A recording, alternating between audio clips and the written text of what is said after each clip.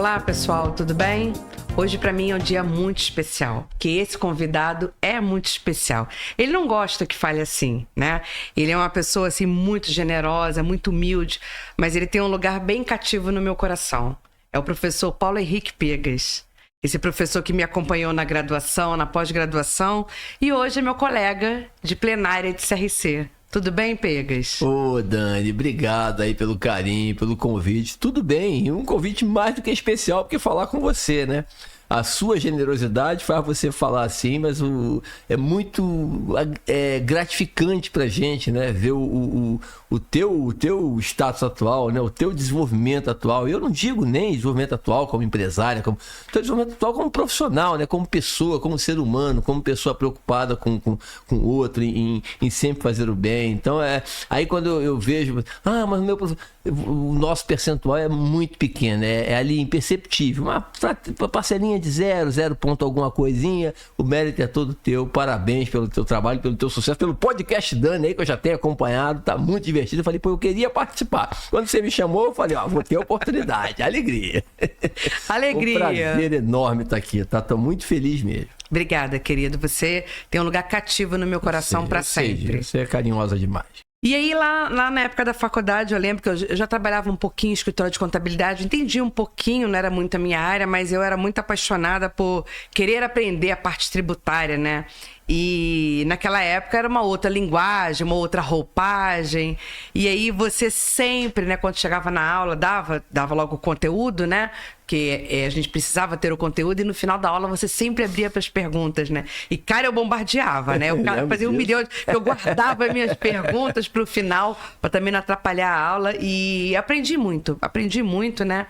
E a gente vai bater aqui um papo, eu espero que você esteja super à vontade. Totalmente. Porque é uma coisa bem tranquila. Queria que você começasse contando para todo mundo um pouquinho da sua carreira, como é que você começou, qual a sua formação. Isso que eu acho que é importante a gente iniciar assim, Paulo. Vou tentar ir bem rápido, mas até como incentivo, né, para alguns estudantes que te acompanham aí, que eu acho que também é importante, né?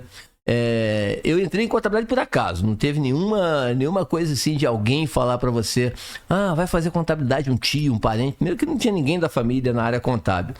Na minha época, era uma época mais distante, né? 86, quando eu entrei no antigo segundo grau, 86, eu fui procurar fiz o primeiro ano tradicional, aí no segundo ano eu trabalhava já nas casas centras, né? Tinha horário comercial, então precisava estudar à noite, porque meu horário de trabalho passou para amanhã. Aí a minha mãe, que sempre procurava lugar, porque eu tinha que ir durante o dia trabalhar. Aí eu falei, mãe, procura para mim o Itu, colégio lá em Bento Ribeiro, que eu quero fazer telecomunicações. Olha que inocência, que ignorância completa, ampla e total. Porque eu tinha um rádio de pilha que eu adorava ele, e eu queria ser comunicador igual os comunicadores que eu ouvia no rádio. E eu achava que telecomunicações tinha nada a ver com comunicação, era outra coisa. Aí, por sorte, o Itu lá, que era o colégio, não tinha vaga, ou queria que eu fizesse primeiro ano de novo. Aí ela foi pro outro lado e falou, meu filho, tem um colégio João 23 em Bento Ribeiro, que o curso é contabilidade. Mas não era o... Eu falei, me bota nesse mesmo. E assim eu acabei entrando lá. O professor Gebardo, que era um professor nosso de contabilidade bancária no segundo ano, e depois análise de balanço no terceiro, ele era superintendente de contabilidade da Fininvest, lá em Botafogo. E ele tinha familiares em Marechal Hermes, ele conhecia o padre que era dono do colégio João 23, e ele dava aula no colégio, aliás, dava muito bem aula. E aí ele levava os alunos dele para fazer estágio. E acabou me levando. Me levou em 87. Primeiro ele me levou e eu não aceitei, porque ele me chamou para fazer estágio, eu tinha minha carteira assinada, com medo de perder a carteira, de perder meu salário que eu precisava para ajudar em casa. Eu fui, não aceitei, aí ele brinca, até hoje ele fala comigo, esse aqui foi o único que negou um convite meu. Aí depois eu falei, eu vou chamar esse menino assim mesmo. E aí eu fui para lá em 87, dali eu fiquei na Fininvest durante, quantos anos? Quase 15 anos. Né? Em julho de 2002 eu tinha passado no BNDES um pouco antes, já estava fazendo meu mestrado lá na UERJ, tinha começado a dar aula na Gama Filho, foi casando em conjunto ali.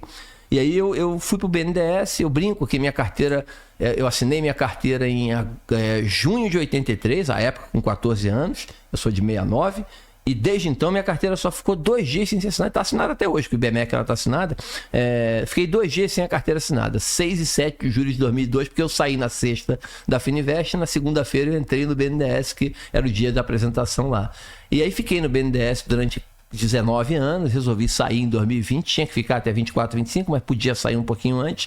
Eu saí, fiz um acordo lá e saí. Desde então estou trabalhando só no meio acadêmico, nas minhas aulas, nos meus trabalhos, e estou desde 2022, né? Nesse nosso conselho maravilhoso aí, regional de contabilidade, tentando ajudar um pouquinho a classe de outra forma. Primeiro com o Samir, agora com o Rafael, com você, com o Edilson, com a nossa turma toda lá. Tô aí, eu brinco que eu sou contador, né? O Edivan era zagueiro, que, né, estilo zagueiro, que tirava. Eu sou contador. Eu estudo direito tributário, gosto muito de outras carreiras, respeito todas elas, acho todas muito importantes, mas eu sou contador raiz, gosto muito da contabilidade, acho a contabilidade uma ciência fantástica. Como diz o professor Araújo, né? A contabilidade é inclusiva, ela normalmente é uma oportunidade que eu vejo muitos jovens terem para mudar a sua vida, né? Fazer com que a sua vida... Não é questão só financeira. O financeiro, claro que é muito importante, mas muda a vida financeira, mas mais importante que a vida financeira é muda a vida do ponto de vista intelectual, de vida, né? De fazer entender melhor a vida, entender o mundo. Então, eu fico muito feliz com a profissão que eu escolhi, que você escolheu, que nós escolhemos, né? Se eu tivesse escolhido tudo de novo, faria tudo igualzinho, não mudaria nada.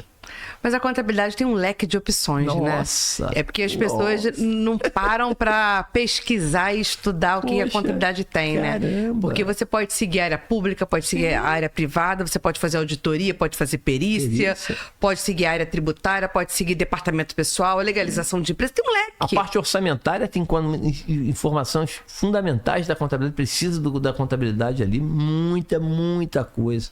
Governamental, tem um monte, né? Sim. Então, assim, é um mundo gigantesco esse da contabilidade, né? E os jovens, por muitas vezes, não conhecem, né? E deixam de seguir uma carreira incrível, de repente, que eles teriam milhares de oportunidades e poderiam brilhar tão bem, né?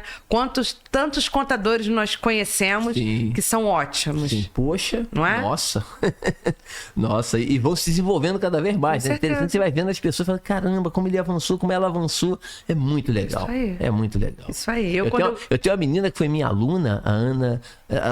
Outro dia ela mandou uma mensagem no LinkedIn, ela tá na Austrália fazendo um trabalho maravilhoso em contabilidade, numa empresa lá. Mas que coisa, de empresa de auditoria. Eu falei, que coisa maravilhosa. Foi minha aluna na Gama Filho, lá em 2004, 2005. Falei, que coisa fantástica. Ela é uma menina formidável. Ana Gabriela, o nome dela, né? Ana Gabriela. Alcançando altos voos por causa da contabilidade. Garota fantástica, legal. E assim a gente vai na esperança de que novos jovens, né, venham para a contabilidade, né? E aí, Pegas, desse seu currículo extenso, né? Porque ele é bem grande, né? A gente tem você como referência na área tributária, né? Toda vez que a gente tem uma dúvida na área tributária, a gente corre pro professor de sempre, né? Tirar aquela dúvida, porque às vezes a gente se embola, né, Pegas? Porque são muitas legislações. Você parar pra pensar em tributos, embola, né? todos nós, Dani. Embola a mim, embola todos nós. Você imagina, por mais que a gente tenha experiência, por exemplo, nós aqui temos cliente em vários municípios do estado do Rio. Nós temos clientes de outros estados. Sim. Temos clientes que estão fora do país. Então, se você parar para pensar, para cada município uma legislação. Sim. Se você tiver empresa de ICMS, você tem mais legislações diferentes. Aí você tem o cliente que compra do Espírito Santo, que vende para Minas, são mais tributações. E a cabeça vai dando um nó, né? E o legal, né? Você, por exemplo, você que tem uma experiência grande, que atende muito profissional da área de saúde, né?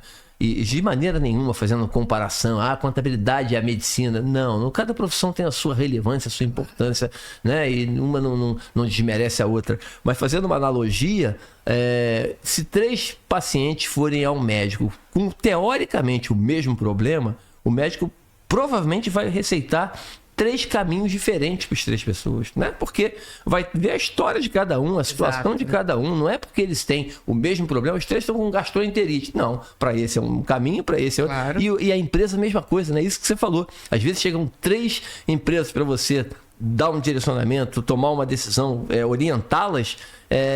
muito parecidas em faturamento, em estrutura, e os caminhos são diferentes. Totalmente diferente. Não dá pra... Não existe, tipo, um checklist pronto. Vamos fazer isso aqui. Não é. Para cada cliente. Porque, assim, depende do faturamento, depende do que ele compra, do que ele presta de serviço, qual o bairro ou município que ele trabalha. Sim. Tudo depende. Assim, são inúmeras possibilidades. Tem outra renda que complete aquela ali, e vai aumentando o leque, né? Vai aumentando, né? Isso é que torna Se ele é funcionário público... Se ele é funcionário público, se ele tem carteira assinada, se ele recebe aluguéis. Isso. E é uma infinidade de coisas, né? E acho que isso é o bacana da contabilidade. Eu adoro brincar com a contabilidade. Eu digo que eu brinco muito com a contabilidade, né? E aí que eu queria te perguntar, Pegas, é assim, né? Quando você foi fazer a faculdade de Ciências Contábeis, né? Em qual momento que você descobriu que você era professor? Como é que foi esse viés para você ir lá e dar aula, né? Essa pergunta é boa, mas eu não lembro de ter me feito pensar aqui. Em que momento? É ótima pergunta. Eu sempre gostei de dar aula. Mas eu sempre fui muito tímido, né? Mas uma coisa até interessante essa tua observação. Foi na Souza Marques, porque eu fiz 3 anos, eu resumi ali por causa do tempo, né? Pra gente avançar logo na nossa conversa. Mas quando eu fiz a graduação, eu brinco que eu me formei 155%, sem dizer que eu fiz 145%, sem dizer que eu fiz uma super faculdade, nada disso. Mas eu fiz 3 anos de Souza Marques. Era seriado o sistema, né, por ano, não por semestre. E aí no 4º ano, faltando um aninho só para acabar, eu tinha feito uma prova para Federal Fluminense, uma prova de transferência, que é uma prova só de contabilidade, passei e saí. Mesmo morando em Marechal Hermes ali, fui lá para Niterói estudar, porque eu queria... Eu achava o ensino da Souza Marques, na época, com algumas coisas que não me agradavam. Eu falei, não, eu quero me formar em um outro lugar. Aí fui para a UF, fiz o mesmo curso. Cheguei lá na UF, olharam o meu currículo anual, lá semestral. O coordenador foi limpando na minha frente ali. Quando ele foi riscando, eu falei, meu Deus do céu, ele riscou pouca coisa. Aí ele falou, o senhor vai fazer essas 35 matérias aqui. Eram 50 do currículo, ele me livrou de 15. Aí eu fiz uma conta rápida, adoro fazer conta, 15 de 50, ele me livrou de 30% do curso. Ou seja, eu vou fazer 70% da curso da UF, já tinha feito 75% da Souza Marques, 145%. Então, eu levei 8 anos me formando, porque a UF teve greve, né? Eu também fui reprovado em macroeconomia, umas matériazinhas lá mais enroladas, que o professor era mais exigente, então eu acabei me enrolando por causa de trabalho também, mas estudei, nunca tranquei matrícula. Então eu levei 8 anos para me formar. Mas a vontade de ministrar aula, de ser professor da docência, veio na Souza Marques, porque eu dava aula para meus colegas. Eu comecei ali, porque no 2º ano tinha contabilidade e os alunos não gostavam muito do professor. E aí, pô, não tô entendendo. Cara, você não tá entendendo? Como eu já tinha feito ensino médio, né? O antigo 2º grau, a época era 2º grau, e o Gebardo, o João 23, pô, eu já tinha feito muita coisa de contabilidade. Não é nem porque eu trabalhava, não, era porque eu tinha aprendido no colégio. Débito, crédito, fazer balancete, resultado. Então, aquilo para mim estava muito tranquilo. Aí eu reunia eles sempre no sábado, tinham salas disponíveis nós todo sábado, assim, vários sábados nós íamos para Souza Marques e eu dava aula para eles. E até isso que me incomodou até depois na minha vida profissional na Fininvest, porque, pô, eu dava aula para eles, no quadro explicava e sempre ficava tranquilo. Aí quando eu, no meu mundo empresarial, naquela coisa de reunião, de diretor, às vezes mais duro, eu começava a ficar tenso em reunião quando tinha que apresentar alguma coisa. Eu falei, meu Deus do céu, por que eu fico assim? Não tem, aí eu fui tentando controlar, tentar encontrar caminhos para entender aquilo ali. E quando eu voltei ao mundo acadêmico, aí, com as oportunidades, né? Comecei a dar aula para os colegas da Fininvest e dali para frente eu não larguei mais, entendeu? Quando eu tive a primeira oportunidade da Gama Filho, então, pô, dali eu embarquei. Depois, pouco tempo depois, eu tive na Cândido Mendes. Depois vim aqui para aqui, eu não estou aqui, eu estou no Rio. Depois eu fui lá para Federal Fluminense, né, onde nós até tivemos aula, e não parei mais. Mas a vontade veio na Souza Marques, quando eu estava na graduação. Eu gostava muito, muito, muito. E depois eu comecei aí eu falei assim, não, deixa eu começar a prestar atenção nos professores. Essa foi outra coisa fundamental. Todo professor prestava muita atenção no jeito dele dar aula, porque eu falei, eu quero aprender um pouquinho de cada um. Né? Como é que esse faz? Como é que aquele faz? E tinha uns que eu brincava e falava assim, não, isso aqui eu vou me policiar. Se Deus quiser, não falava assim com essa linguagem, mas eu nunca quero fazer igual esse. Eu quero fazer igual aquele outro. E você sabe que foi na Gama Filho que eu tive os melhores professores, né? Porque às vezes a gente não entende ali o professor, né? Eu trabalhava o dia inteiro, vinha correndo pra faculdade. Corrido, né, Dani? Eu não sei se você vai lembrar, né? Do Rodolfo. Rodolfo, meu irmão. Rodolfo foi- tem com ele até hoje, contato. Rodolfo foi um é professor fantástico. assim que me incentivou muito a estudar, né? Muito, muito, muito. Eu lembro que eu tirava as dúvidas com ele no final da aula e ele falava, Daniela, você vai conseguir. E eu consegui melhorar muito as minhas notas com ele. E Edmilson. Edmilson Era um professor que nenhum aluno gostava dele, ele era sério, ele quase não falava com o aluno, né? Mas o que ele estava fazendo ali? Fazendo com que as pessoas buscassem Isso. entendimento. Todo mundo queria tudo muito fácil, queria aquele texto para você estudar e copia e cola da prova. Pô, isso não é dar aula, né? Dar aula é você explicar e o aluno correr atrás e tem dúvida, vai falar com o professor. Então esses 3 professores, você, Rodolfo e Edmilson, foram professores que me incentivaram muito a estudar. Eu sempre estudei muito na minha vida, eu sabia que eu tinha que estudar muito se eu quisesse chegar a algum lugar. E quando eu cheguei lá na Gama Filho, né? Eu mudei de faculdade porque eu era da Moraes Júnior, só que a Moraes Júnior ficou muito cara pra mim. Era muito boa. Eu não podia mais pagar, e aí eu podia pagar a Gama Filho, né? E aí eu fui pra Gama Filho, né? E Você aí sabe que eu fiz vestibular para Moraes Júnior junto com a Souza Marques, e a Souza Marques era sexta, sábado e segunda. E a Moraes Júnior era segunda, terça e quarta. Eu tinha feito sexta e sábado na Moraes, segunda eu tinha que decidir o que eu ia fazer. Eu queria Moraes, mas eu falei assim, será que eu vou passar aqui? Aí aquela coisa de com medo de não passar, e aquela época não passava mesmo, não era igual hoje. não. Na Souza tinha mais chance de passar também, que a procura era menor. E na Moraes me falaram, ó, aqui é 4 por uma vaga, 3 por uma vaga. Eu falei, pô, cara, e se eu não passar? Aí eu perdi lá, porque eu não fui, faltei a última prova. E aqui eu também perdi, vou ficar sem estudar. Eu quero estudar, eu não posso parar. Aí larguei, decidi nem tentar a Moraes. mas você teria conseguido, você é inteligente, Não, teria sei passado. não. Não, Pega, nem venho, você Eu teria tinha maior passado. medo naquela época. Mas é normal, quando a gente é jovem, a gente tem medo, né? É, E a gente, quando precisa trabalhar e estudar, Pegas, tem isso. a gente se agarra a qualquer chance que a gente tem de não errar. Tem isso. Então, aquele medo de você, caramba, eu vou arriscar, não vou passar na Moraes Júnior, vou ter que esperar 1 ano para fazer o vestibular de novo. Porque não tinha no meio do ano, era isso. anual. Era diferente, né? Era anual outro naquela tempo. época. Então, assim, a gente tinha que pensar muito, né? Na decisão pra gente não errar, pra gente não perder o tempo. estudo eu tinha medo muito disso, de parar e depois não conseguir voltar. Né? Esse era meu medo também. Eu levei, você falou que levou 8 anos, né? Eu levei 10 pra me 10? formar. Que legal. Porque eu tinha que parar. Legal às assim, vezes. não é bom, mas é não. legal no sentido de aprendizado, de vida. Sim, né? mas e eu- até pra ninguém desistir. Não desista, vá atrás. Não. Às vezes eu tinha uns problemas, né, em casa, porque só tinha eu e a minha mãe que trabalhavam. Meus irmãos não trabalhavam, então era só eu e ela. Então quando ela parava de trabalhar, então só tinha eu. Só tinha você. Aí eu tinha que trancar a faculdade, porque aquela grana fazia falta em casa. Aí eu nossa. ficava um semestre fora e voltava. Nossa. Então foi assim, eu nunca desisti. E o meu Que coisa foco era fazer legal. faculdade. Aí quando eu consegui o emprego bacana, né? Bacana, ganhava R$600 e a Bacana. faculdade era 550. Mas para aquele momento era bacana, né? E aí eu falei, cara, eu vou me agarrar a isso. E aí eu lembro, assim, os meus 4 últimos períodos na Gama Filho, né, foram, assim, de muito estudo. Que eu falava assim, cara, eu tenho que me esforçar muito pra isso tudo valer a pena que eu tô fazendo, né? E valeu a pena. E aí eu me formei. Eu lembro da minha monografia, você na banca da minha monografia, o Francisco. Lembra do professor Francisco? Lembro. Professor Francisco na banca. E foi uma época difícil, porque eu queria falar sobre auditoria. Meu sonho era ser auditora. E eu nem fui por esse caminho, porque a vida me levou para escritório de contabilidade, Sim, né? sim. E aí eu lembro que eu falei, cara, eu não consegui fazer nada de auditoria, né? Mas eu vou fazer minha monografia de auditoria. E aí eu fiz, né? Minha monografia, o nome era Erro ou Fraude? Era o nome da minha monografia. E foi na época do escândalo da Skin Cariol. Isso. Foi naquela época, né? E eu lembro assim, eu apresentei minha monografia nervosa, todo mundo apresentou com slide, eu não tinha grana pra fazer, meu, era só na voz, e eu nervosa, eu falei, cara, eles vão me reprovar porque eu não tenho slide, né? E aí, eu lembro, no final, o Francisco falou assim, olha, última pergunta.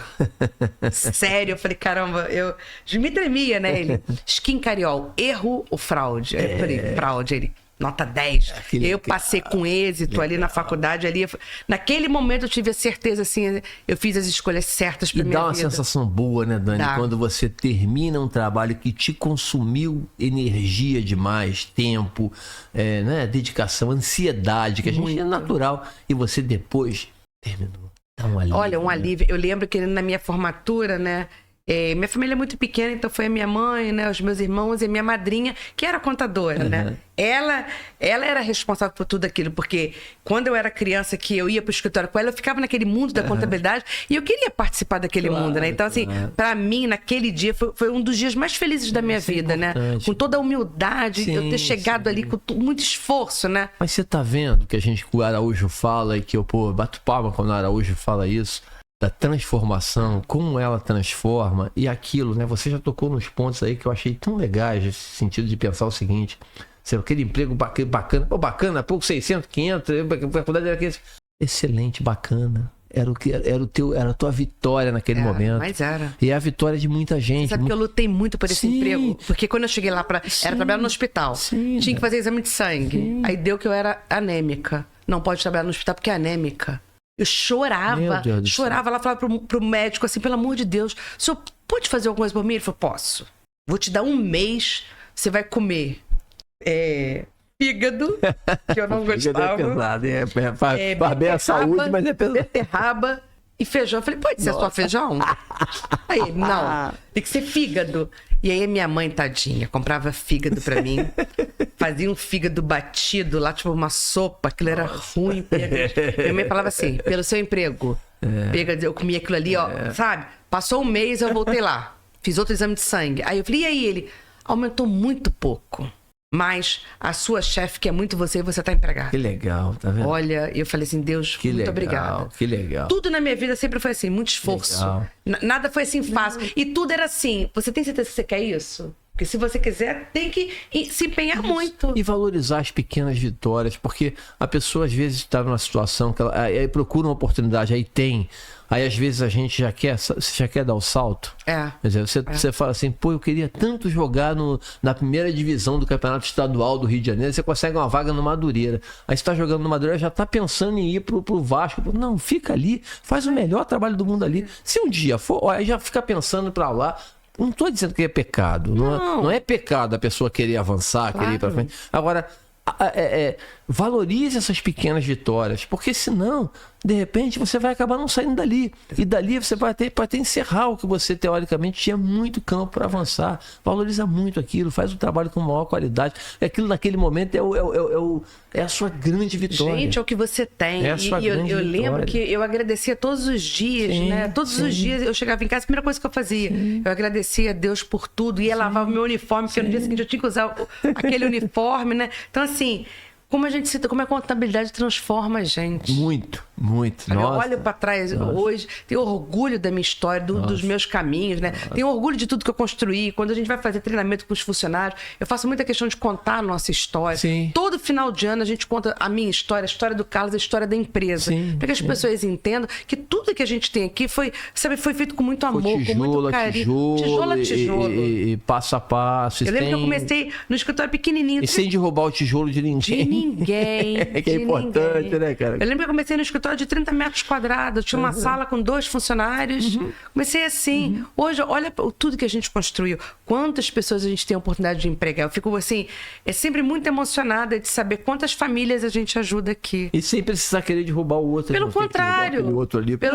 Vamos ajudar os colegas que precisam. Hoje mesmo, alguém ligou indicando pra gente fazer a contabilidade, acho que de uma farmácia. Carlos ligou para outro colega e falou assim, cara, eu não faço farmácia.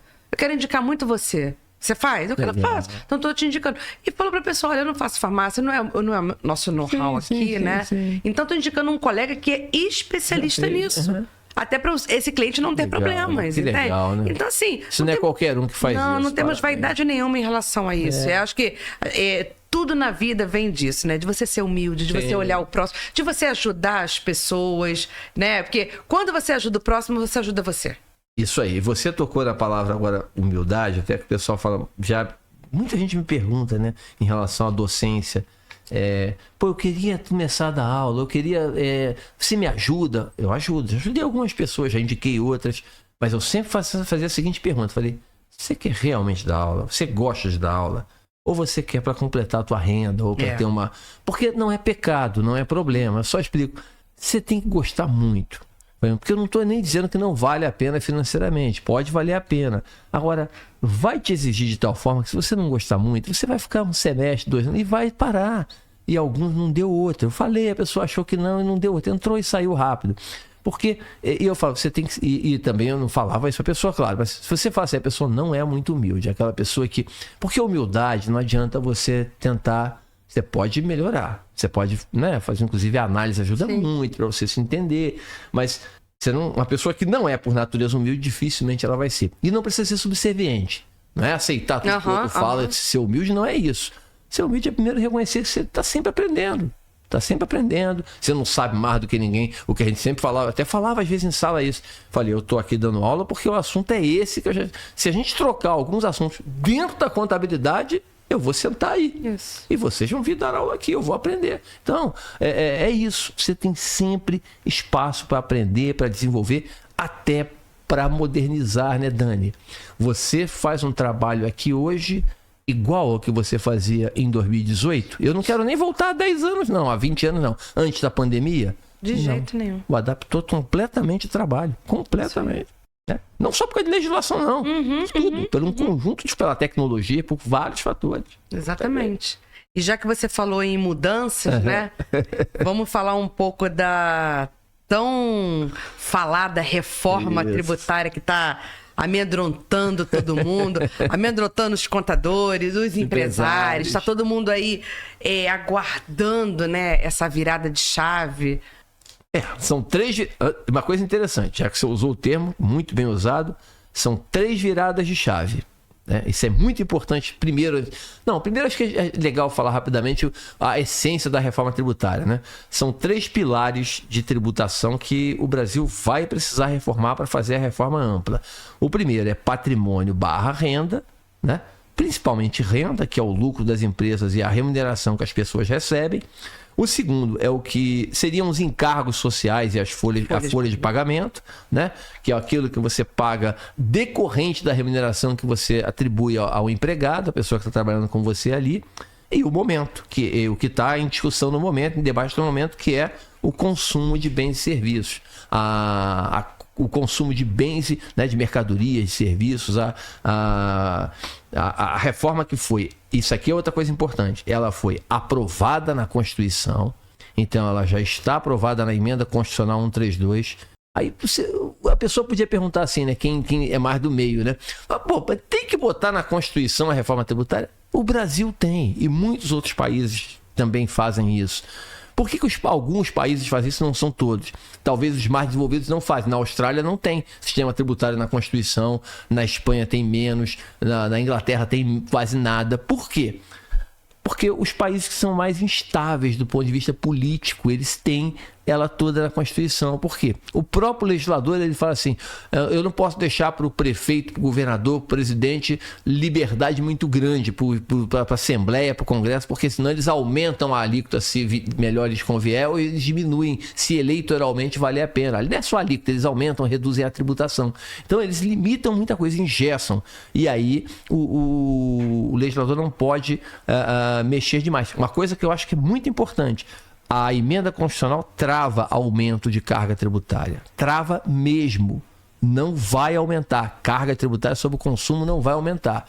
Hoje no Brasil você tem o quinteto, né? ICMS, ISS, IPI, PIS e COFINS. E esse quinteto deve arrecadar hoje 1,3 trilhão mais ou menos. Ele vai continuar arrecadando isso com a reforma tributária. Eles pegaram lá um período de 10 anos, 2012 a 2021, pegaram inclusive a pandemia, achei estranho isso, de 12 a 21, e você vai continuar arrecadando o percentual do PIB que se arrecadou na média desses 10 anos. Então não adianta, não pode aumentar. E se diminuir, eles têm direito também de ajustar para ficar do mesmo tamanho, entendeu? Então a ideia da carga tributária é manter. E esses 5 tributos vão deixar de existir, e, na verdade, vão ser transformados em um só. Você fala um só, mas não tem negócio de CBS e IBS? É um IVA dual, que na verdade é dividido em dois tributos, né? O IBS, que é estadual / municipal, uma coisa inédita no Brasil. Você vai passar a ter a competência tributária compartilhada, Dani. Nós aprendemos quando estudamos direito tributário, né? Você tem competência tributária, a Constituição atribui competência para a União, para os estados e para o Distrito Federal e para os municípios para eles instituírem tributos. Agora ela tem mais uma competência, que é a competência compartilhada, que é exclusiva para cobrar o IBS. Né? Os estados continuarão cobrando IPVA e o ITCMD, os municípios continuarão cobrando IPTU e o ITBI, e a competência compartilhada dos dois vai permitir a cobrança do IBS. Então é interessante. E a CBS. Por que IIC, né? Imposto e Contribuição. E isso foi uma medida inteligente porque a Constituição carimba o dinheiro da CBS, né? Para a Seguridade Social, para seguro-desemprego, abono anual, Ministério do Trabalho. Então você vai continuar com carimbo, já que imposto não pode ter destinação. Então você vai transferir essa arrecadação para esse IVA dual e mais um imposto seletivo sobre 5, 6 itens específicos, que vai arrecadar uns 50, 60 bi mais ou menos, e o restante vai ser tudo arrecadado aqui. Agora, não é só essa mudança, parece só trocou uma letrinha por outra. Não, é uma mudança cultural profunda. Esses tributos hoje são cobrados por dentro, estão incluídos no preço. Né? Quando um profissional de saúde, para entrar num caminho que você conhece muito bem, e a gente tem sempre o nosso público ali também, quando um profissional de saúde emite o seu documento fiscal ali, o seu trabalho, eu vou te cobrar 200, seja por meio da empresa, seja por meio da pessoa, mas na empresa é melhor porque para a gente pensar no ponto de vista PJ, né? Quando ele tem uma empresa e ele emite, ele está pagando ali PIS, COFINS e o ISS, né? Os três. Na verdade, os três são cobrados dentro dos 200. Então, se ele fosse cobrar sem imposto, seria um pouquinho menos. Ah, mas aí eu já embuti ali. Isso é por dentro. Aí eu pergunto, na hora que eu calculei o PIS, o ISS fez parte da base? Fez. Porque se o ISS for 5%, por exemplo, ele foi R$10. Eu não calculei o PIS e a COFINS sobre 190, eu calculei sobre 200. Né? Na base do ISS entrou o PIS e a COFINS? Entrou. Quer dizer, então, entra um imposto, um tributo na base do outro. Isso vai acabar, porque esses dois novos tributos aqui serão cobrados por fora. Então, você vai acrescentá-los ao preço, agregá-los ao preço. Por exemplo, se a alíquota cobrada for... A alíquota vai ser 25%. Não vai ser isso tudo, não. Mas só para a alíquota dos profissionais de saúde vai ser bem menos, tá? Mas se fosse 25%... e ele cobrasse 200, ele fala, como é que eu vou calibrar o preço agora? O preço da consulta, do serviço, passaria a ser R$160. Aí eu boto mais 25 e chega a 200. Isso, para o empresário dá um pouco mais de trabalho para entender, mas parece coisa boba, mas não é. Se eu cobrar 200 e aqui dentro tem 40 de imposto, eu tenho 20% se eu considerar que o imposto está por dentro, né? 40 está dentro de 200. Mas se eu fizer essa análise por fora aqui, entender que o serviço, na verdade, custou 160, eu tenho 25, né? Então, já essa mudança cultural que o mundo desenvolvido todo praticamente já faz, de cobrar o tributo por fora, acrescentá-lo ao preço, nós vamos experimentar aqui no Brasil. É um caminho longo porque ela não vai entrar em vigor agora. Já vamos falar daqui a pouquinho da virada de chave aqui, mas é um caminho longo, mas é um caminho transformador, porque você vai ter transparência. O consumidor, o contribuinte, o brasileiro em geral, nós como contribuintes, vamos entender quanto nós estamos pagando. Hoje, eu confesso a você, eu não entendo. Se eu for num restaurante, se eu comprar um computador, uma roupa, o que eu for, ele pode me dar nota. Eu posso olhar ali, ó. Como é que vem escrito o imposto? Tributos estimados conforme IBPT. Lei da Transparência Fiscal. Aproximadamente 8,33. E não é. E quem calculou aquilo ali? Um órgão até de qualidade, o Instituto Brasileiro de Planejamento Tributário, um órgão privado lá de Curitiba, né? Da turma lá do João Eloy, da turma lá, muito bom essa turma, do Gilberto, mas é um dado estimado. Não Como sabe, uma lei pode se chamar transparência fiscal e eu dizer que os tributos são aproximadamente, não é a totalidade. É estranho, né? Não é? Aí você pega uma nota de restaurante, ele só te mostra o ICMS, não te mostra o... Aí você pega uma nota de serviço, ele tá te mostrando PIS, COFINS e ISS, não tá te mostrando imposto de renda nem contribuição. Então como é que ela pode ser transparente? Não é. Ela não é transparente. É até a página 6 que a gente pode brincar, Exato. né? Transparente se eu dissesse, o total de tributos é X, né? E isso que você falou, Pegas, é muito legal, né? Porque a primeira vez que eu viajei para fora do país, que eu fui comprar uma coisa, tava lá o preço assim, né? 15. Aí eu peguei 15 Achou que podia pagar com aqueles 15. Aí quando a pessoa falou assim, não, é tipo 16,50. É que não é muito caro, né? Aí é baixa. Aí né? mas ele não tá escrito 15? Aí ela, mas e o imposto? Aí eu, mas não tá dentro dos 15? Não cai a ficha, nossa. Não, aqui é fora. Interessante, né? Eu lembro a primeira vez, já tem uns 10 anos que isso aconteceu e eu fiquei com aquilo na minha cabeça. É porque quando você vê o preço de um boné, você fala, você consegue, no teu julgamento, e aí cada um tem um julgamento, se aquele boné, se aquela roupa, se aquele... é caro ou barato. Sim, né? Caro ou barato. Agora, se o imposto estiver dentro, ainda mais no Brasil, que o imposto é mais alto nesse caso, às vezes não é nem tão caro assim. O imposto é que encareceu. Exato. Né? Dependendo do produto que você tá comprando, tem impostos mais caros ainda, né? Sim. Automóvel, por exemplo, se você for avaliar o preço, você fica chocado. Nem se ele for importado, né? Nossa, é mais caro ainda. Mais caro, né? Você fica, gente, olha quanto que eu paguei de imposto, né? E esse dinheiro foi para onde? Essa que é a nossa dúvida, né? Não, e assim, a minha pergunta aqui para você, sem querer te interromper nos seus pensamentos, né? Não, vamos lá. Você acha que a gente separando, né, o valor do serviço, do tributo, você acha que a gente vai conseguir ter uma transparência maior do que está se arrecadando? Eu acho fundamental isso. Não tenho essa convicção. Gostaria, no caso da transparência, né? Porque... eu tenho um incômodo danado com essas coisas de portal, né? Assim, eu entendo que tá fazendo trabalho, né? Se você quer não informar, mas botei no portal, botei na internet. Você sabe que, só um curioso, muito chato, que vai ficar acessando aquilo ali, procurando. A maioria não vai ver, ou quem for fazer um estudo, um trabalho, uma dissertação, uma tese. Fora isso, o consumidor do dia a dia, entrar na internet com 350 mil opções melhores, né?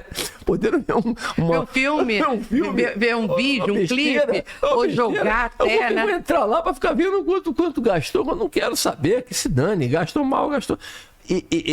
Aí eu até falo, eu acho que deveria ter um canal de transparência desses aí, uns vídeos, uma TV mesmo que fosse, que não custasse caro, tá, para o poder público, mas que detalhasse item por item. Eu sei que também as pessoas poderiam não ver, mas assim, da forma mais lúdica possível, mais didática. Eu não acredito nisso. Eu acho que a gente vai continuar com a transparência que nós temos, publicada, publiquei aqui, publiquei ali, mas eu acredito, Dani, que a gente pode, aos poucos, como sociedade, isso não vai ser rápido, de fazer a população entender. Você compreendeu? Eu acho que o maior ganho vai ser esse. Eu acho que se a sociedade, na hora de comprar qualquer coisa que vai comprar no dia a dia, se ela compreender que ela está pagando, passou a comprinha no supermercado, deu 700 e tem 13 de imposto, ela fala assim, 700 com mais 91, 791. Entendi. 91 é imposto. Eu acho que já valeu a pena esse início, né? Esse começo de conversa. E vai ser até interessante porque ela vai entender. Pô, deu 13, né? Mas a roupa que eu comprei ali não foi 13, foi 20 e pouco. Porque aqui nos 13 tem coisa com zero, aí no mix deu 13. A roupa não, a roupa é na veia, tudo. A alíquota é alta, 25. Porque essa nossa alíquota alta, ela vai suscitar talvez uma cobrança maior da sociedade. E tomara que essa cobrança seja bem feita, sem violência, sem exagero. Cobrança como deve se cobrar, exigir no voto, na hora da discussão. Mas é importante a população saber que os serviços são caros, que o aparelho de ar-condicionado é caro, que a roupa é cara, que o show que ela foi assistir é caro também por causa do imposto. Porque senão ela fala assim, cantorzinho sem vergonha, hein? Cobrou 100 e poucos reais. Não, ele cobrou 100. Os poucos que você falou aí, os 30, 20, foi imposto que tem que pagar. Então, não tô dizendo que o cantor é bom ou ruim, mas não foi 120 e pouco que ele cobrou 100. Tomara que a população, né, de uma forma geral, os brasileiros, Tomara. Se direcionem melhor a nível disso tudo e façam valer os seus direitos, façam valer a sua verbalidade, né? Colocar para fora o que você acha que é injustiça, que não é, se tá caro, se tá barato. E aí, repensar. Preciso realmente consumir tudo isso? Isso. Que eu acho que o consumo tá muito, assim, desenfreado. As pessoas estão comprando. Às vezes o que não precisam. Entende? Muita coisa. Vai comprando. É a sociedade de consumo, né? A gente não é os Estados Unidos nesse ponto, mas a gente também consome muito e consome mal, né? Consome errado. E aí você vê muita gente endividada, muita gente enrolada. E aí desgringola tudo, né? Quando você vai ver, né? E aí você falou dos pilares, né? Isso. Patrimônio, encargos. Patrimônio / renda, encargos versus folha. Esses 2 pilares, eles não foram apresentados ainda, eles serão, né? O patrimônio e a renda você ia apresentar esse ano, não sei o que aconteceu, porque eu entendi, a Constituição colocou que até março seria enviado ao Congresso. Você imagina, se a gente além de discutir o consumo, como o Congresso está discutindo agora, tivesse que discutir também a tributação da renda, não ia dar, não ia ter braço e tempo para isso. E tem as eleições municipais também no caminho. Então eu acredito que seja enviado ainda esse ano patrimônio e renda e também os encargos à folha de pagamento. Precisamos revisitar isso urgente. O Brasil hoje tem um menor índice de pessoas com carteira assinada. Então a gente precisa resolver urgente essa situação, porque você tem de tudo. Você tem o cartão inteligente, né? Agora a modernidade é o cartão inteligente. Aí eu esqueci o nome dele, que é o... Não, isso não é ticket. Outro dia alguém me ofereceu uma vaga lá para eu levar no grupo que eu atuava lá. Não sei o que, uma pessoa com uma qualificação grande, né? Tinha que saber um monte de coisa para a área tributária, para planejamento. Aí eu falei, vou botar no grupo, se tiver alguém. E tem que ter inglês fluente, tinha que ter inglês fluente. Aí eu falei, quanto é que vocês pagam? Ele, não, é 7 mais 5 de ticket. Eu falei, cara, que ticket é esse que vocês estão dando? Eu falei, essa comida é o quê? Eu brinquei com ele, falei, você é vale churrascaria? O cara, porque 5 mil por 20 dias dá R$240 por dia? Aí, não, aí depois, essas empresas estão fazendo isso agora, Dani. Estão oferecendo a remuneração para o empregado por meio de cartões, né, de consumo. Isso. Por quê? Porque o cartão de consumo não entra em nenhum encargo trabalhista, nenhum encargo previdenciário. De novo, ainda é questão da legalidade, tá legal, não tá legal, isso a gente vai discutir, a justiça vai discutir. Mas a gente desvirtuou tudo. A gente vai criando subterfúgios para os problemas que nós temos. Não é melhor enfrentar o problema? Cara, não dá. Não dá para manter esses encargos sociais aí que nós temos. Não dá. Vamos revisar com critério, com profundidade, sem panfletarismo, né? Sim. Então, essa reforma do consumo, dos encargos, ela é muito importante, e do patrimônio e da renda. Patrimônio e renda é outro problema, e aí talvez seja a reforma principal. Eu estava conversando até mais cedo, né? 2000 e 2020, fazer 23, não mudou muito lá para cá. 2000 e 2023. Como é que era a declaração de imposto de renda nesses 2 períodos? 23 anos depois. 2000 é o primeiro dado disponível. Os declarantes, os milhões de brasileiros que declaram imposto de renda. Você tem 3 tipos de rendimento. 2, na verdade, tributável e isento. O tributável você separa em 2. Aquilo que você tributa apenas na fonte, e uma vez só, não tributa de novo, e aquilo que você tributa na fonte e informa novamente na declaração, descontando o que você pagou na fonte. Então você tem tributável, que é esse terceiro, o exclusivo na fonte e o isento. Aí como é que era o mix lá em 2000? O tributável era 68%, o isento 23%. Aí você faz a conta, 91%, lógico, exclusivo na fonte é 9%, deixa exclusivo no cantinho dele guardado lá. 68 com 23. 20 anos depois, 23 anos depois, como é que tá? 53% tributável, 36% isento. E o exclusivo na fonte mudou de 9 para 11. Quer dizer, você migrou a renda do brasileiro de tributável para isento. Aí você fala assim, não, é porque a tabela ficou congelada e as pessoas não pagam imposto de renda. Não. Se eu tenho uma renda hoje, eu ganho um salário mínimo e eu resolvi declarar por algum motivo, isso é rendimento tributável, embora não teve cobrança de imposto. Não é isso que eu falei. Isento é dividendo, e o principal é o dividendo, né? É distribuição de lucro, ganho de capital na venda e muitas outras coisas que são isentas aí. Muitos investimentos que passaram a ter o rendimento isento, né? As letras hipotecárias, as debêntures incentivadas e por aí vai. Quer dizer, aí você fala assim, quando você pega o extrato da sociedade, como é que está a distribuição desses rendimentos isentos? Esse percentual aumentou muito nas faixas maiores. Quer dizer, quanto maior a faixa, maior a porcentagem de rendimentos isentos. Então, essa reforma da renda, principalmente da renda pessoal, é que nós vamos precisar enfrentar, de novo, sem panfletarismo, de forma profunda, sem querer tributar demais quem não deve ser tributado, mas de forma inteligente, até para você diminuir a tributação do consumo. A tributação do consumo é muito alta e é isso que assusta no Brasil, né? Você deu um exemplo aí lá de fora. E lá fora dá 8, 9, 7. Aí quase... Você já viu alguém reclamar lá? 7, 8? Embora seja mais um custo, é 7, 8, cara. É quase a gorjeta, né, do restaurante. Deu 100 aqui, mais 7, 8, 9. Tá bom, 108. Agora, já pensou se fosse pagar a conta? Não é 100, não é 127. Você fala, porra, que isso? Que gorjeta? Não é mais a gorjeta, aí é um... Né? Então, a nossa tributação do consumo é alta demais. Então, esses dois pilares aqui, encargos e renda, isso aqui a gente vai precisar. E eu acho até que eles vão dar mais trabalho para mexer do que o consumo. Porque a discussão na sociedade vai ser muito maior. E o encargo social...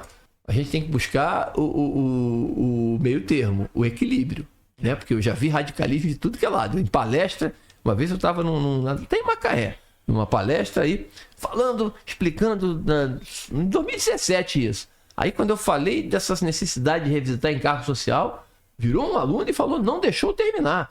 Virou como é que é? Desculpa, professor, não deixou, não tem problema nenhum. Eu atendi com o maior carinho, entendi um pouco da revolta. Eu falei, eu já fui, sim, já tive essa idade, a gente tem um pouco, uma fala mais do que eu. Falava nessa época que eu tinha. Falou, nenhum direito a menos. Eu falei, calma, rapaz, eu não falei que tem que acabar com os encargos sociais, não. Só que não é essa postura que vai construir a reforma tributária. Nem a postura de alguns, que você já deve ter visto também, que falam assim: o Brasil tem que ser igual aos Estados Unidos. Você tem que contratar um empregado e pagar o salário a ele. Por ano, como é lá, né? Amigo, olha só, te contratei aqui, 24 mil, 2 mil por mês e acabou. Não tem mais direito nenhum, acabou. E se você quiser, eu preciso tirar férias de 15 dias. Tudo bem, esse mês você vai receber 1.000 em vez de 2. Porque você só vai trabalhar 15 dias, até porque eu vou ter que pegar esses 1.000 e pagar alguém para ficar no teu lugar. Sim. Aí ele fala que o Brasil tem que se modernizar para isso. Não temos cultura para isso. Não é todo empresário que pensa igual você, o Carlos. Né? Não é todo empresário que tem a visão do Edilson lá, de tantos outros colegas que nós conhecemos que pensam no conjunto, entendem o empregado como um agente importante. Então, nós não temos cultura de empregado, de trabalhador, não temos cultura de empresário, não temos cultura de país para mexer nisso. Agora, também não dá para ficar com radicalismo, nem um direito a menos. Vamos equilibrar, vamos buscar o caminho ali. Tomara que a gente consiga, não é fácil. Alguma coisa tem que ser feito aí nessa questão dos encargos, porque está puxado para as empresas. Você vê, depois da pandemia, quantos empregados migraram hoje, são sócios de empresa, né, ou são prestadores de serviço, porque as empresas não conseguem mais manter isso aí. Você parar para pensar numa empresa do lucro presumido, ela paga algo em torno de 33% de INSS. Nossa. Com mais 8% de FGTS. Vamos arredondar para 40%. 40%. Então, 40% é muito alto. 40% da folha é muito alto. Para você entregar de encargo. Não que os empregados não mereçam. A gente não está falando disso. A gente está falando de totalidade. É muito alto. Se você tem uma folha de 100 mil... É isso que eu ia falar. 40 mil só de encargo. Deixa eu te perguntar. Você deve ter esse número melhor do que eu. Mas eu tenho também um número mais ou menos aqui. Se uma empresa precisa contratar um menino ou uma menina para fazer um trabalho lá, eu preciso de um trainee aqui, e eu tenho aí discutem o financeiro e tal, aí empresa de médio, grande porte, aí eu disponho de 100 mil por ano, e é assim que se planeja, né, ano, eu disponho de 100 mil por ano para remunerar esse menino e essa menina. 100 mil por ano, você fala, porra, vai dar para pagar um salário de uns 5, 7, 8 mil, não sei. Você vai acabar pagando 4 mil e poucos reais para menina e menino.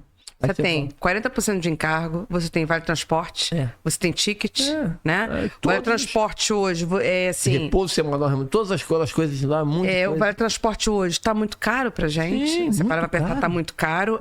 O transporte é péssimo. Péssimo. Né? Os funcionários já chegam cansados. É ônibus que tá cheio de barata, é ônibus que não tem banco, é trem que não vai funcionar porque roubaram o trilho, roubaram o cabo, é o metrô que tá parado porque entrou água não sei aonde, tá entendendo? Então assim, aí o teu funcionário chega para trabalhar já cansado.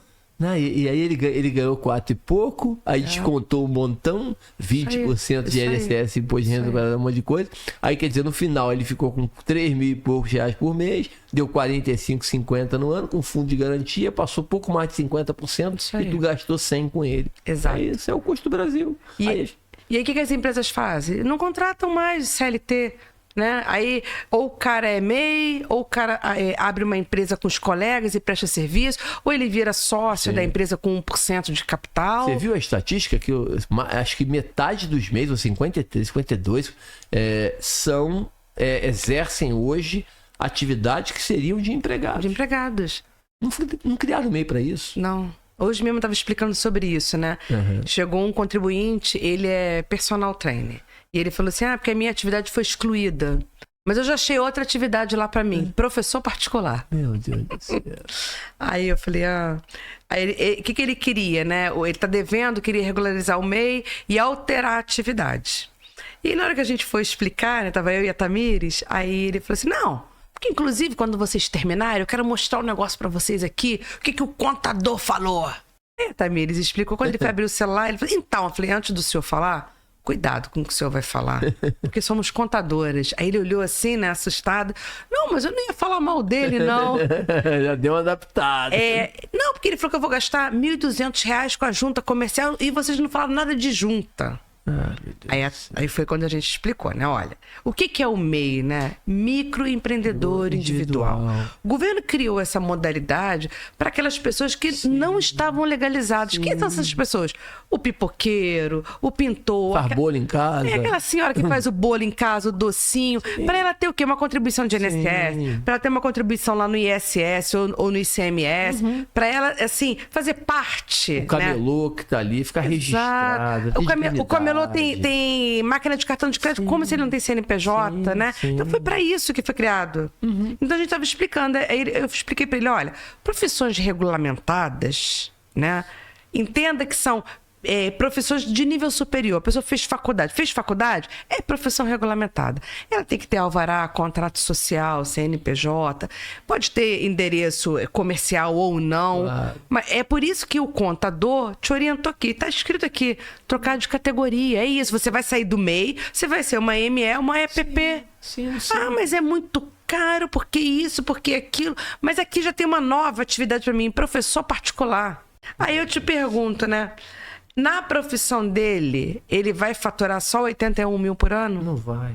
Não vai. Aí ele vai fazer o quê? Ele vai tirar nota no limite? Sim. Né? O resto ele não vai tirar nota, mas o dinheiro vai entrar na conta dele e eles não pensam nisso, Pegas, né? Que há cartão de crédito, Pix, tudo isso... A Receita Federal já sabe, né? Vai pegar. Vai pegar. Então, assim, às vezes as pessoas se enganam, né? Querendo fazer o errado, indo pelo caminho errado. E você sabe que tem gente que usa o MEI, né? Às vezes tem filhos, e aí o filho não trabalha. Aí abre um MEI pro filho. Às vezes tem uma empresa no Simples, né? Eu já vi isso. Ela tem uma empresa de manutenção, tá no Simples, aí paga seus 12%, 13%, 12% ao ano lá no Simples, tá? No faturamento que ele tem. Aí ele faz trabalhos de 10, 15 mil reais. Mas de vez em quando pega um trabalho mais baratinho. Aí, o que ele faz? Ele tem um MEI para o filho. Quando ele faz um trabalho de 4, 5 mil reais, ele pergunta para a pessoa, eu vou emitir a nota no nome do meu filho, tá? Aí emite a nota no nome do MEI do filho. Mas, na verdade, o dinheiro nem entra pro filho, porque ele depois pode dar um dinheirinho pro filho lá, porque ele dá, o filho tá bora com ele, é diferente. Mas não é da empresa, é dinheiro que ele faz. Aí ele fala assim, o que ele fez na verdade? Amigo, olha só, se ele pegou só os 80 mil que a legislação permite, ele pegou 80 mil, se hoje você está pagando 140, 1.400 salários mínimos, 70 reais ali, deve estar pagando 75 a 77. 75, dá 900 por ano. 900 por ano, por ano, vai dar 1% aqui, 1,2, 1,1. Quer dizer, em vez de pagar 12, ele pagou 1,1 sobre essa parcela. Mas ele não tem dignidade nenhuma fazendo isso, né? Quer dizer, como é que ele fala para os filhos amanhã para não fazer nada errado? Você está errado. Foi o filho que prestou o serviço. A minha esperança é que a reforma repensasse, né? Fizesse a sociedade repensar isso. Isso. E que todo mundo conseguisse pagar os tributos, conseguisse viver, né? Não é sobreviver. Viver. Viver com dignidade, de você ter sua empresa, ter seus empregados, poder gerar renda. Eu tenho esperança de que, e aí de novo, a coisa de botafoguense tem esperança que a coisa vai melhorar, né? Sempre botafoguense é esperançoso, apesar que ele é preocupado também, quando tá tudo muito bem, ele tem preocupação de não continuar, mas quando ele perde muito, ele sempre tem esperança. Então, eu sou como você, eu tenho esperança que a sociedade vai começar a pedir a nota fiscal. Hoje você já ouve em muitos lugares. CPF, agora eu falava até não, até por causa de pressa, né? Não, agora pressa sem pressa eu vou falar assim em tudo. Apesar que os lugares que eu falava não, eu sabia que não ia afetar em nada. Nas farmácias, principalmente as maiores aí, a Venância, essas aí eu sei que mesmo eu falando não assim, elas são certinhas, bonitinhas, então tá tudo tranquilo. Mas eu falo, tem que falar sim o tempo todo, tem que exigir. Isso aí. Porque eu tenho esperança que a sociedade faça isso. Porque quando todos pagam menos. Exato. Mas uma boa campanha de mídia vai ajudar. E é isso até que nós, no Conselho, podemos ver como é que a gente consegue, o que a gente consegue fazer, levando para o CFC também. Levar isso para a sociedade entender que a reforma tributária vai exigir um esforço de toda a sociedade para botar o Brasil por dentro. Essa é a minha esperança. A esperança de que essa reforma venha trazer essa conscientização para as pessoas. Eu também não dava meu CPF. E depois de um tempo eu parei e falei, gente, eu tenho que dar meu CPF. Eu tenho que dar esse exemplo, né? E aí hoje, né, meu filho já dá o CPF também. Né? E virou um costume. Virou um costume porque assim, eu sempre digo o seguinte, a gente não deve nada a ninguém. Então a gente tem que colocar o nosso CPF ali mesmo. Somos nós que estamos comprando? Então temos que colocar. E tu sabe uma coisa que vai ter na reforma? Tá lá, previsto. Tem uns 3 ou 4, que é o caso da cidadania. Você vai pegar 0,05% da arrecadação do IBS e CBS e vai destinar como premiação para todos os contribuintes por meio de sorteio. É a loteria do imposto. Fala 0,05 é muito pouco. Não é não. Porque 1 trilhão e 300, 1 trilhão e 400, quanto é que é 1% disso? 14. Quanto é que é 0,1? 1 bilhão e 400. Quanto é que é 0,05? 700 milhões. Não é pouco dinheiro. Então, isso aí vai virar prêmio. Aí você para pensar assim, divide 700 por 12 para fazer mensal. Vai dar 63 por mês, tá? 62, 63 por mês. É muito dinheiro. E eu até sugeri lá, não sei como é que vai ser, se vai ser regulamentado ainda, né? Falei, só cria um jeito, e os gênios sabem fazer isso, eu não sei, de criar um jogo que não deixa... Porque a Mega Sena, por exemplo, permite 2, 3 ganharem. Não deixa 1, 2 ganharem só. Por quê? Não é para tornar ninguém milionário. Não é para fazer ninguém ganhar 30 milhões de reais. Mas se alguém ganhar 3, 4 milhões, mesmo que não resolva a vida de muita gente, tem gente que vai resolver, tá? Com certeza. A maioria da população brasileira, se ganhar 2 milhões de reais, resolveu a vida dela. Agora, para muita gente pode não resolver. Dá uma bela ajuda, mas pode não resolver, mas é uma bela ajuda. Ela vai ficar feliz da vida e você vai premiar muita gente. Você vai criar prêmios menores. Cria prêmios menores, né? A quadra, a quina, para ganhar 200 mil, 100 mil. Muito legal, porque isso aí vai fazer com que mesmo o contribuinte de maior renda, ele coloque o CPF dele na nota. Porque ele fala, tu vai ganhar na MEC, então me bota o CPF aí, que eu quero ganhar os números para... Aí vem até... Aí outro dia alguém falou assim, mas aí quem tem renda de 20 mil por mês e consome 20 mil vai se dar bem, e vai ganhar número pra caramba. Não. A brincadeira é a quantidade de números na proporção do total de compras que você fez, né? Você tem um número maior, você vai maior, menor. E conforme a renda também, com CPF e tudo. Também para aquele negócio. Eu tenho 20 mil. Já que eu não vou ganhar mesmo, só vou pedir isso para 1.000. Tá bom, mas eu sei que a tua renda é 20. É um número para cada 1.000, só vai ganhar um número. Então é melhor tu pedir para 15, 20, porque tu vai ganhar 15, 20 números. Entendeu? Agora, aquele que ganha só R$1.500 vai ser 100. Que aí, para que todos concorram meio que em igualdade de condições, né? Bem legal, bem legal. Bem legal. Tomara que funcione de novo. Eu tenho esperança que essas coisas funcionem, entendeu? É isso que a gente espera, né? Que funcione, que tudo isso saia do papel de verdade, e que funcione, que venha para cá trazer esperança, entendeu? Esperança de dias melhores. Eu acho que a população está precisando de dias melhores. Isso. E uma coisa que eu acho que também é muito importante, eu sei que você tem no teu público aqui muitos clientes, empresários, né, que têm as suas empresas ali no seu negócio. Uma coisa muito importante com quem está preocupado com o eventual aumento na carga tributária, uma preocupação que é sempre importante entender, pertinente, né? Eu tenho acompanhado quase todas as audiências públicas. Vim de lá para cá acompanhando uma parte. Eu ouço o tempo todo, fico com. Tento botar. Estou com meu fone aqui para ouvir quando sair daqui o que passou. Para ouvir.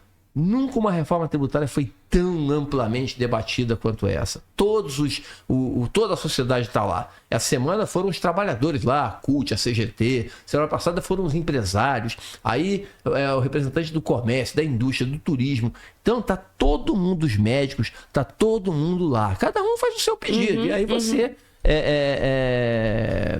E aí você... avalia o que cada um pediu, o que cada um fez, o que cada um montou. Então, você está fazendo um processo que não vai manter todo mundo com a mesma carga tributária. Mas o que eu tenho ouvido da equipe que participa diretamente, do Bernardo Api e tudo, e eu estou acompanhando, participo de grupos com eles na internet, vai ter aumento para alguns setores? Vai. Mas os aumentos que tiverem eventualmente vão ser pequenos, porque essa é uma grande preocupação que todo mundo tem. Não, é impossível fazer uma reforma tributária num país complexo, gigante como o Brasil, e todo mundo continuar pagando a mesma coisa. Muitos produtos vão ter preço reduzido. Móveis eletrodomésticos, eu te garanto que devem, acredito, eles devem diminuir o preço. Devem diminuir, porque hoje eles têm uma carga tributária muito pesada, então a tendência... eles terem uma redução. Aí você fala, mas vai aumentar do profissional liberal para... Os aumentos vão ser muito pequenos.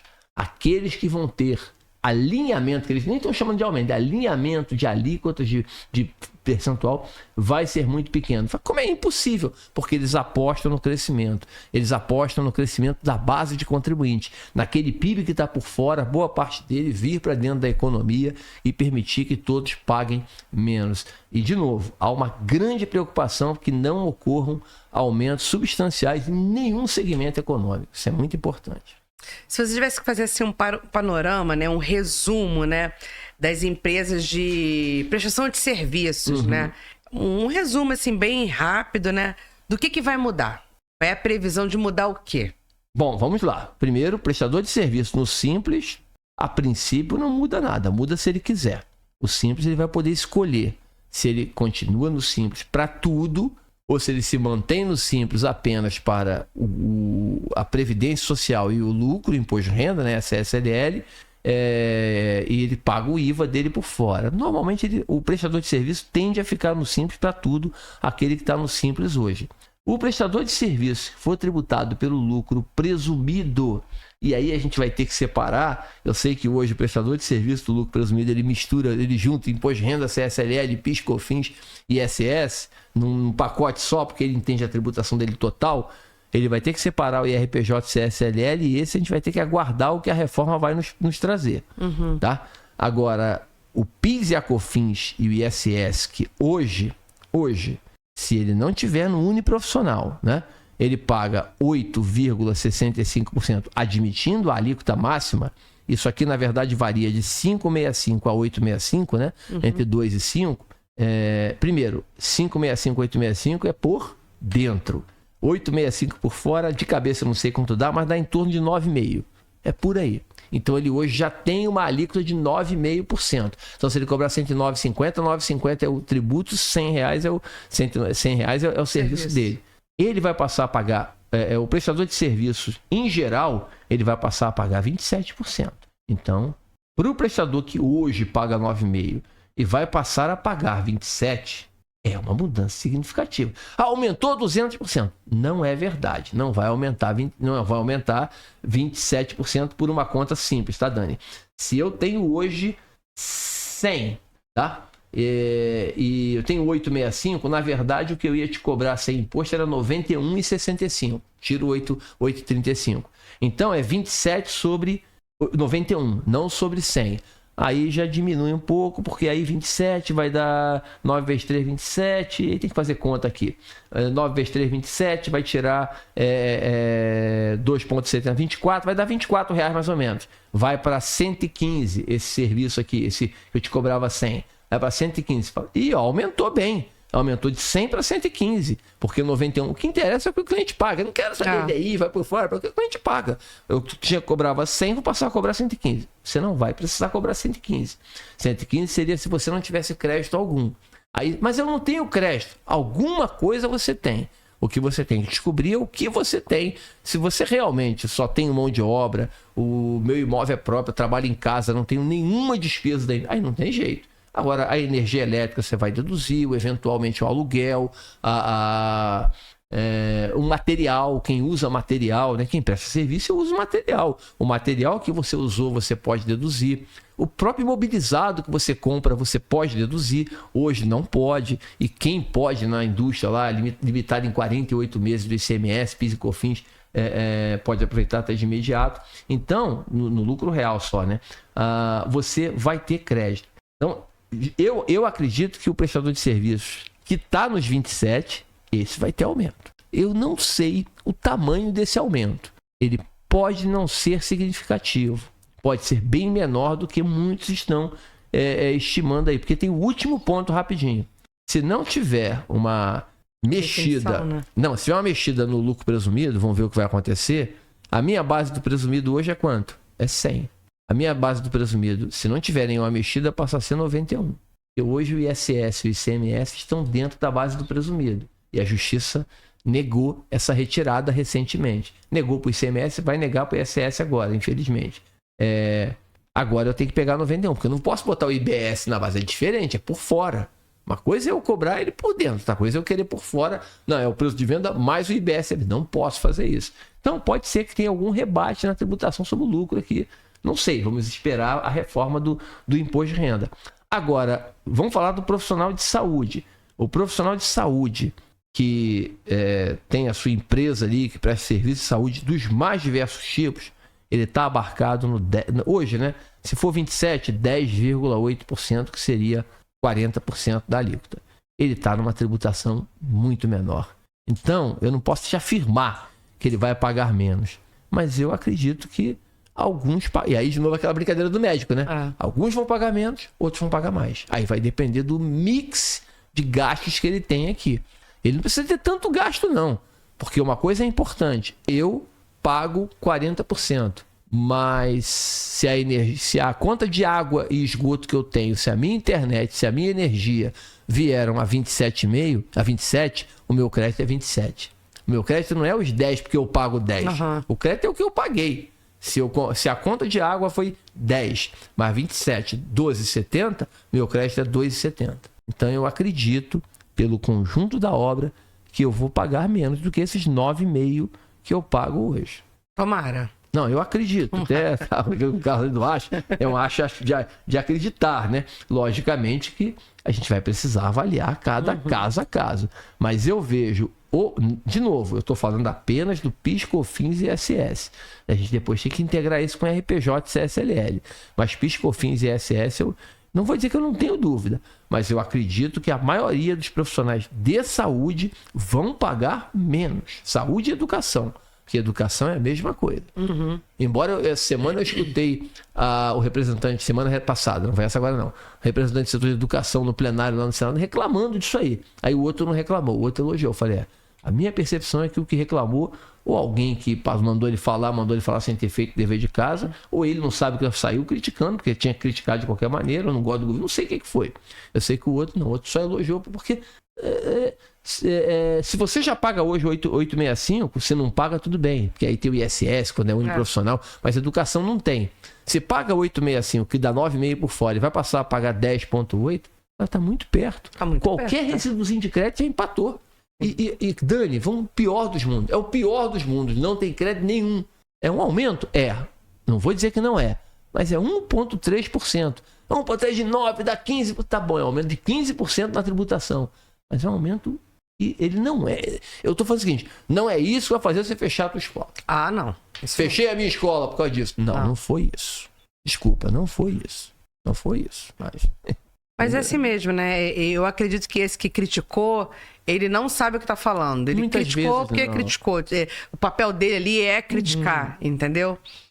E aí você fez aí o panorama da prestação de serviços, né? E a grande dúvida, né, que tá todo mundo, né, pairando no ar, é se daqui a 5, 10 anos nós vamos ter o mesmo número de empresas que temos hoje, né? Opa, isso é importante. Eu vou te falar porque que eu acho que não, tá? Eu vou te falar porque que eu acho que não. Não por causa dessa reforma tributária do consumo, não. Por essa do consumo, eu acredito que teríamos até mais. Porque eu acredito, de novo, na esperança, no sentido de ufanismo, de utopia, né? Mas eu acredito que o país melhore, independentemente de governos. Governos, sejam eles à direita, à esquerda, eles erram pra caramba, gastam mal, trabalham errado, cada um com seus erros e seus acertos. Mas infelizmente erram mais do que acertam. Mas pela qualidade do projeto de reforma. Mas o que eu penso, tá? A reforma da renda vai mexer com muita empresa que existe hoje para fazer trabalho pessoal. Eu estou dando a minha percepção. Eu não tenho nenhuma informação do que veio, não sei como é que tá. Mas conheço algumas pessoas que estão trabalhando na reforma da renda. Tive agora em São Paulo, na Receita Federal, lá num evento com eles.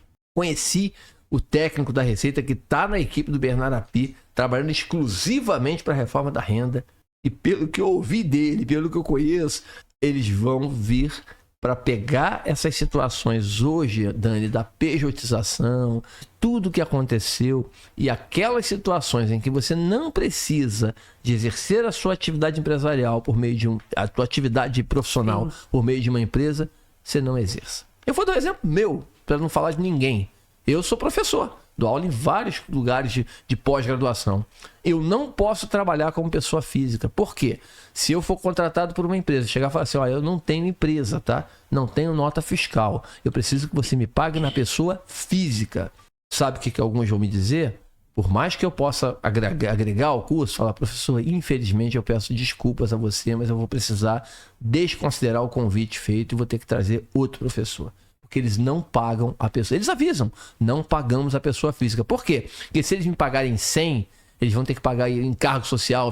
Então eles não querem. Eles querem pagar a nota fiscal, porque aí é só aquele valor e pronto. Entendeu? Então eu não estou dizendo que está certo nem que está errado, não estou julgando. Estou falando que o processo todo de reforma tributária e no central, juntando a renda, ele... Então você perguntou quantidade. Eu acho que a quantidade vai diminuir. Não é que a atividade econômica vai diminuir. Mas eu no final, ou ao final, não sei se o que está certo no tempo, eu acredito que vai ser melhor para todo mundo. Porque ainda que uma pessoa física, eventualmente, nessa brincadeira toda, nesse emaranhado todo, possa ao final pagar um pouco mais, mas eu acho que se ela tiver transparência, se o governo tiver... Você falou aí de... Você acredita que os governos vão ter mais transparência? Eu falei que não, mas torço para ter. Se tiver mais transparência, melhor... eu acho que o brasileiro... Ninguém gosta de pagar imposto, claro. Não. Senão não seria imposto, né? Seria outro nome. Ninguém gosta de pagar imposto, mas...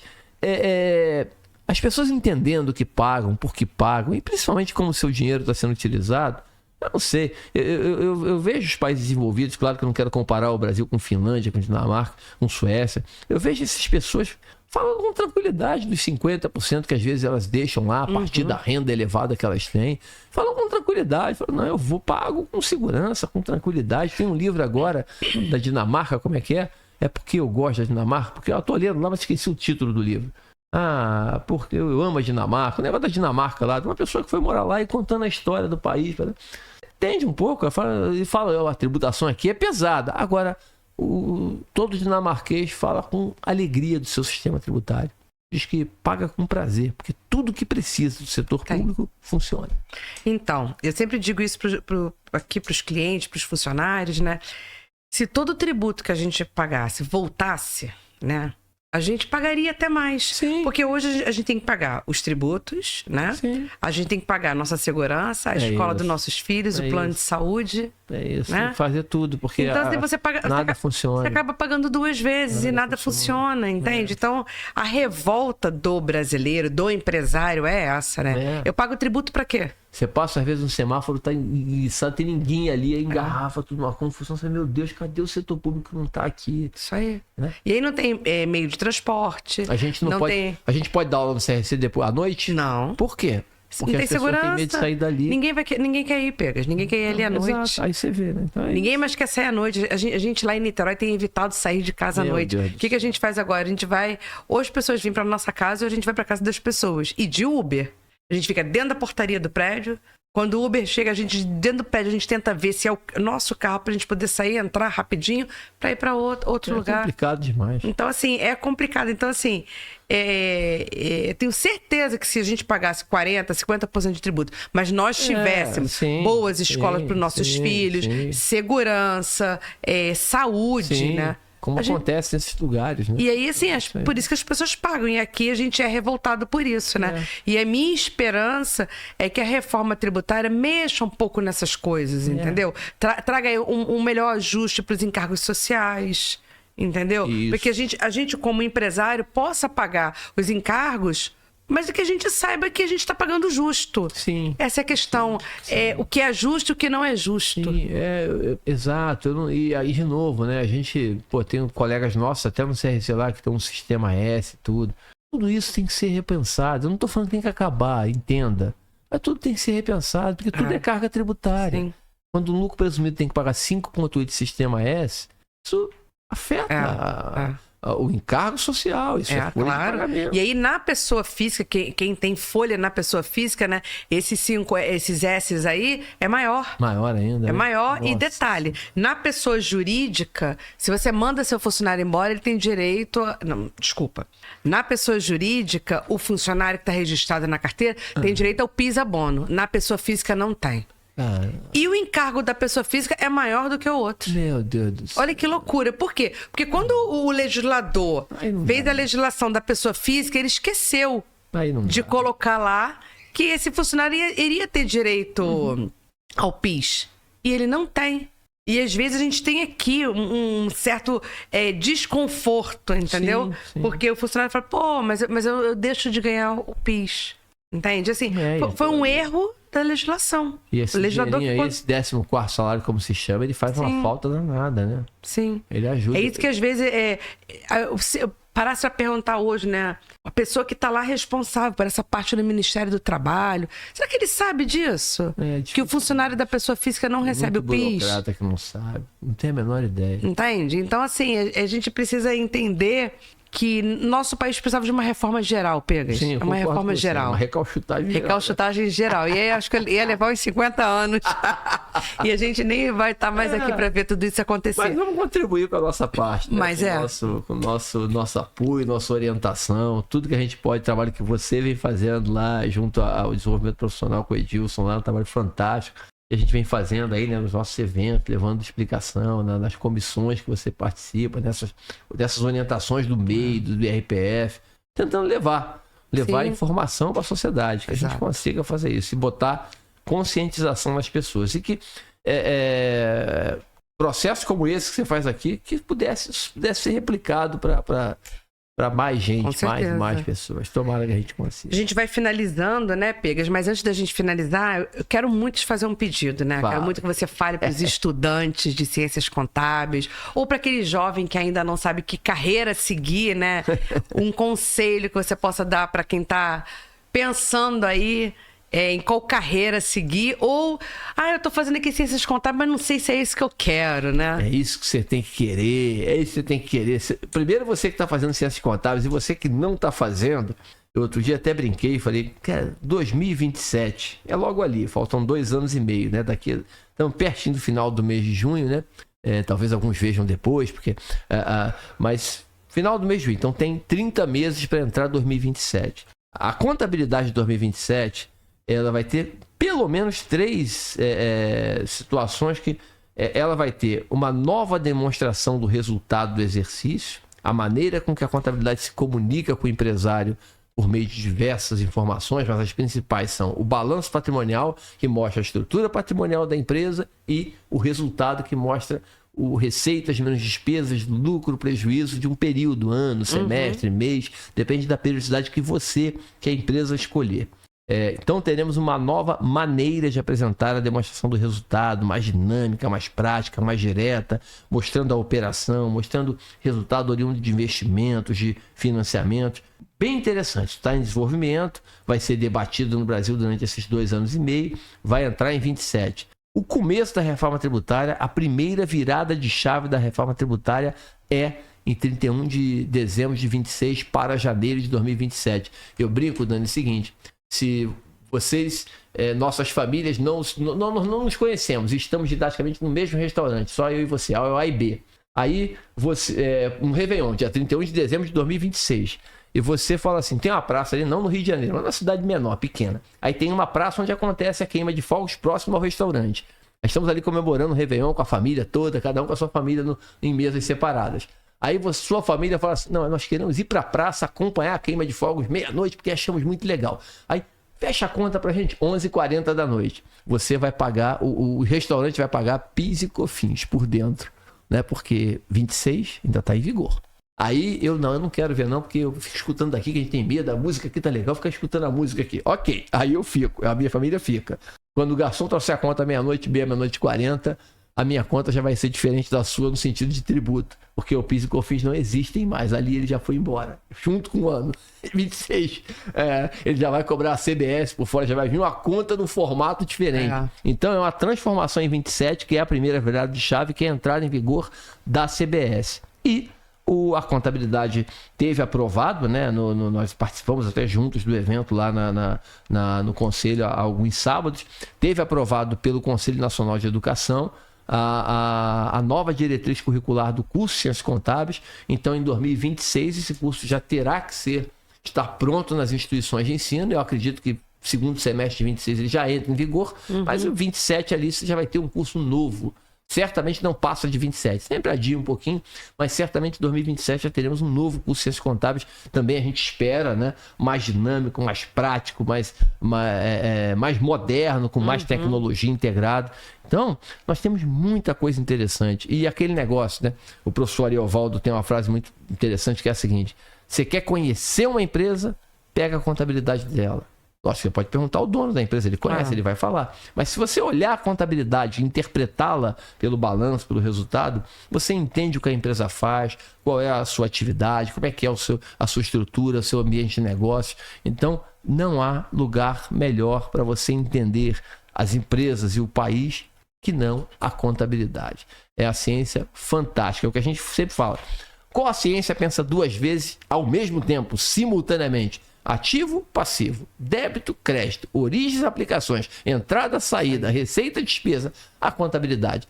Sem desmerecer nenhuma outra, porque todas as profissões são muito importantes, mas a contabilidade é o que integra, arruma, organiza todas as atividades empresariais numa informação só, num relatório só, num documento só.